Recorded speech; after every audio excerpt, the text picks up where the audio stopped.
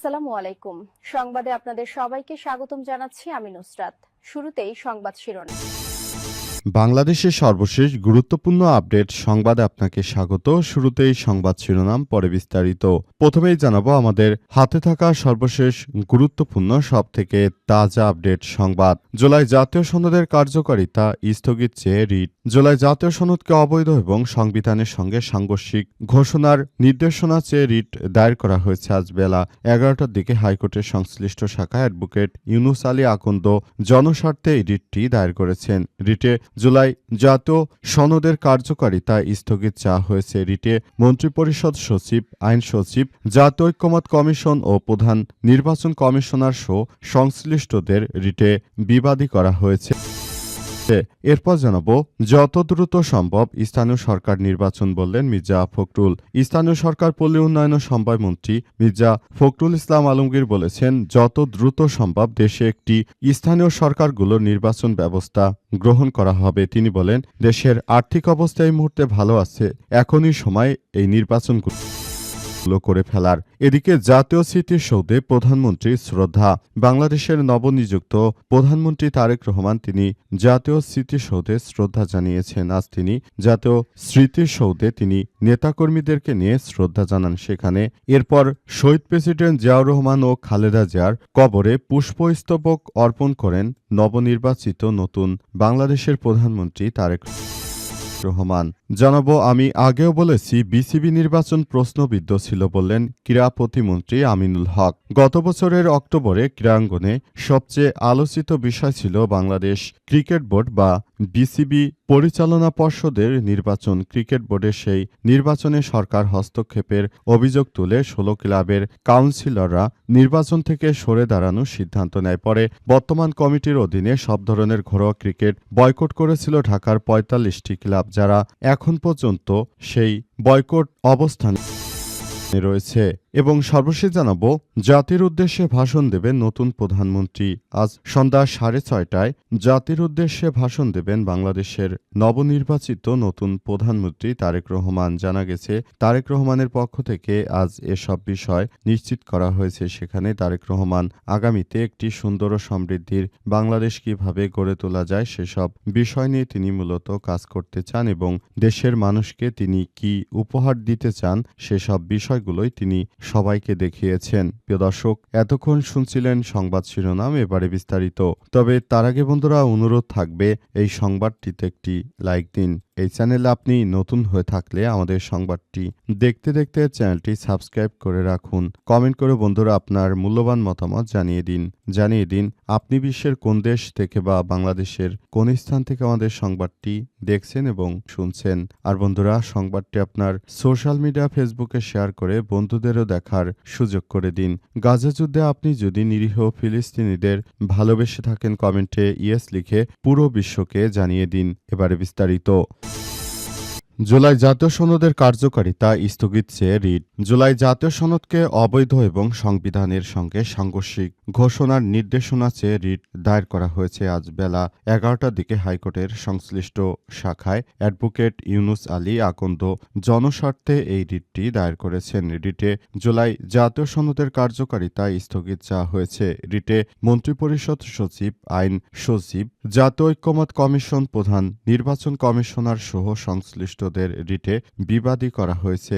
রিটকারী আইনজীবী জানান, আগামী সপ্তাহে বিচারপতি রাজিক আল জলিলের নেতৃত্বাধীন হাইকোর্ট বেঞ্চে রিট আবেদনটির উপর শুনানি হতে পারে। গত 12 ফেব্রুয়ারি অনুষ্ঠিত হওয়া গণভোটের বৈধতা চ্যালেঞ্জ ও 13 ফেব্রুয়ারি গণভোটের ফল বাতিল চেয়ে গত মঙ্গলবার হাইকোর্টে রিট দায়ের করা হয়। সুপ্রিম কোর্টের আইনজীবী এবিএম আতাউল মজিদ তৌহিদি জনতার স্বার্থে এই রিটটি দায়ের করেছেন। রিটে প্রধান নির্বাচন কমিশনার, মন্ত্রিপরিষদ সচিব ও আইন সচিবকে বিবাদী করা হয়েছে। আগামী সপ্তাহে বিচারপতি ফাতেমা নজিবের নেতৃত্বাধীন হাইকোর্ট বেঞ্চে রিট আবেদনটির উপর শুনানি করা হতে পারে, এমনটাই জানানো হয়েছে এবং এই রিট শুনানি হলে তাহলে গণভোট মূলত স্থগিত হয়ে যাবে। তবে বিএনপির পক্ষ থেকে গণভোট স্থগিত করার যে কার্যক্রম সেটি চালানো হলেও জামাত ইসলামের পক্ষ থেকে গণভোট যেন কোনোভাবেই স্থগিত হতে না পারে সেই ব্যাপারটি নিয়ে আসলে সবাই এখন অনেক বেশি সক্রিয় অবস্থানে রয়েছে। যার যার জায়গা থেকে সবাই আসলে সবকিছু করার ব্যবস্থা করছে এবং নতুন বাংলাদেশ গড়ে তোলার মধ্য দিয়ে সবাইকে নিয়ে একটি সুন্দর ও সম্প্রীতির একটি আধুনিক বাংলাদেশ গড়ে তোলার জন্য সবাই মিলে এখনই চেষ্টা করতে হবে এমনটাই বলা হচ্ছে। তবে পুরো বিষয়টি আসলে কোন দিকে যাবে সেটি এখন পর্যন্ত নির্ধারণ করা যায়নি এবং এই ব্যাপারগুলো খুবই গুরুত্ব সহকারে দেখা হচ্ছে। যত দ্রুত সম্ভব স্থানীয় সরকার নির্বাচন বললেন মির্জা ফখরুল। স্থানীয় সরকার ও পল্লী উন্নয়ন সমবায় মন্ত্রী মির্জা ফখরুল ইসলাম আলমগীর বলেছেন, আমরা যত দ্রুত সম্ভব স্থানীয় সরকারগুলোতে নির্বাচনের ব্যবস্থা করব। আইন শৃঙ্খলা পরিস্থিতি আগের চেয়ে অনেক ভালো আছে। অর্থনীতিতে স্থিতিশীলতা এসেছে। সম্মিলিত প্রচেষ্টায় আরও ভালো করতে পারব বলে বিশ্বাস করি। আজ সচিবালয় মন্ত্রী হিসেবে প্রথম কর্মদিবসে সাংবাদিকদের মুখোমুখি হয়ে বিএনপির মহাসচিব মির্জা ফখরুল ইসলাম এসব কথা বলেছেন। এ সময় মির্জা ফখরুল আরও জানিয়েছেন যে আমরা এই নির্বাচনটাকে সুষ্ঠু ও সমৃদ্ধ করার জন্য অন্তর্বর্তীকালীন সরকারের প্রধান উপদেষ্টা প্রফেসর ড. মোহাম্মদ ইউনূসের সরকারকে সব রকমের সহযোগিতা করেছি। তবে সর্বশেষ আমি বলতে চাই যে সবাইকে নিয়ে একটি সুন্দর ও সমৃদ্ধির বাংলাদেশ আমরা গড়ে তুলতে পারবো এমন প্রত্যাশার কথাও তিনি জানিয়েছিলেন এবং সেই প্রত্যাশা অনুযায়ী দেশের জনগণকে সঙ্গে নিয়ে তিনি একটি সুন্দর ও সম্পৃক্তির একটি আধুনিক বাংলাদেশ গড়ে তুলতে চান। সেজন্য আসলে বাংলাদেশে বর্তমান যে ইলেকশন কর্মকাণ্ড রয়েছে সবগুলোকে নিয়ন্ত্রণ করা এই মুহূর্তে বিএনপির জন্য খুবই গুরুত্বপূর্ণ। কারণ দেশের যেসব জায়গাগুলোতে বিএনপি তাদের নির্বাচিত সদস্যদেরকে নির্বাচিত করবে বিভিন্ন ইউনিয়ন পরিষদ কিংবা যেসব জায়গাগুলোতে তারা এগুলো করবে এগুলো থেকে অবশ্যই বিএনপি এখনই তাদের কার্যক্রম এবং পর্যায়ক্রমে সবকিছু স্বাভাবিকভাবে নিয়ে যেতে পারবে। এটি বিএনপির জন্য অত্যন্ত গুরুত্বপূর্ণ একটি বিষয় হয়ে দাঁড়িয়েছে। জাতীয় স্মৃতিসৌধে প্রধানমন্ত্রীর শ্রদ্ধা। বাংলাদেশে নবনিযুক্ত প্রধানমন্ত্রী ও বিএনপি চেয়ারম্যান তারেক রহমান সাভারের জাতীয় স্মৃতিসৌধে মহান মুক্তিযুদ্ধে বীর শহীদদের প্রতি শ্রদ্ধা নিবেদন করেছেন। আজ বেলা ১১টায় প্রথমে প্রধানমন্ত্রী শ্রদ্ধা নিবেদন করেন। এরপর তিনি মন্ত্রিপরিষদের সদস্যদের নিয়ে বীর শহীদদের প্রতি শ্রদ্ধা জানান। এরপর সেখানকার পরিদর্শন বয়ে শোয়ের পাশাপাশি বৃক্ষরোপণ করে নতুন প্রধানমন্ত্রী। এদিকে বেলা ১১টার কিছু সময় আগে প্রধানমন্ত্রী তারেক রহমান সাভারের স্মৃতিসৌধে প্রাঙ্গণে পৌঁছান। স্মৃতিসৌধে শ্রদ্ধা নিবেদনের পর প্রধানমন্ত্রী ও মন্ত্রিপরিষদ সদস্যদেরকে সাবেক রাষ্ট্রপতি জিয়াউর রহমান ও সাবেক প্রধানমন্ত্রী খালেদা জিয়ার সমাধিতে পুষ্প স্তবক অর্পণ করার কথা রয়েছে। এ সময় তারা উভয় নেতার মাজার জিয়ারত করবেন। এদিকে দেশ পরিচালনার প্রথম দিন বুধবার সচিবালয়ে প্রথম অফিস করবেন প্রধানমন্ত্রী তারেক রহমান। সেখানে মধ্যাহ্নভোজ বিকেলে মন্ত্রিসভার বৈঠকে অংশ নেয়ার কথা রয়েছে তার। নতুন সরকারের শপথের পর এটি হবে প্রথম মন্ত্রিসভার বৈঠক। পরে সচিবদের সঙ্গে মতবিনিময় করবেন প্রধানমন্ত্রী। মন্ত্রিপরিষদ বিভাগের এক কর্মকর্তা বলেছেন, সচিবালয়ে প্রধানমন্ত্রী তারেক রহমান প্রথম কর্মদিবসে সচিবদের সঙ্গে বৈঠক করে তাদের প্রয়োজনীয় দিকনির্দেশনা দিতে পারেন। প্রসঙ্গত, ত্রয়োদশ জাতীয় সংসদ নির্বাচনে বিএনপির নিরঙ্কুশ সংখ্যাগরিষ্ঠতা পায়। মঙ্গলবার শপথ গ্রহণের মাধ্যমে বিএনপি নতুন সরকার গঠন করে সেখানে তারেক রহমান প্রধানমন্ত্রী হন। মঙ্গলবার জাতীয় সংসদের দক্ষিণ প্লাজায় রাষ্ট্রপতি মোহাম্মদ শাহাবুদ্দিনের কাছে তাকে শপথ নেন নতুন মন্ত্রিসভার সদস্যরা।